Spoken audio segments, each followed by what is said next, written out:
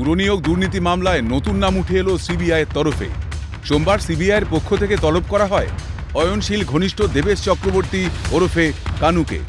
সোমবার সকাল 11টার মধ্যে তাকে নিজামে হাজিরা দিতে বলা হয়, এমনটাই সূত্রের খবর। তবে সোমবার সিবিআইয়ের হাজিরা এড়িয়েছেন দেবেশ চক্রবর্তী ওরফে কানু। জানা যাচ্ছে, এই দেবেশ চক্রবর্তী পুরনিয়োগে অয়নশীলের সঙ্গে যোগাযোগ রেখে দুর্নীতির মিডিলম্যান হিসাবে কাজ করতেন। একাধিক পদে নিয়োগের ক্ষেত্রে মিডিলম্যানের ভূমিকা পালন করেছেন দেবেশ চক্রবর্তী। সিবিআই সূত্রে খবর এমনটাই। প্রসঙ্গত, নিয়োগ দুর্নীতিকাণ্ডে ধৃত অয়নশীলের সল্টলেকের ফ্ল্যাট থেকে পুরনিয়োগ দুর্নীতির বেশ কিছু নথির হদিশ পেয়েছিল ইডি।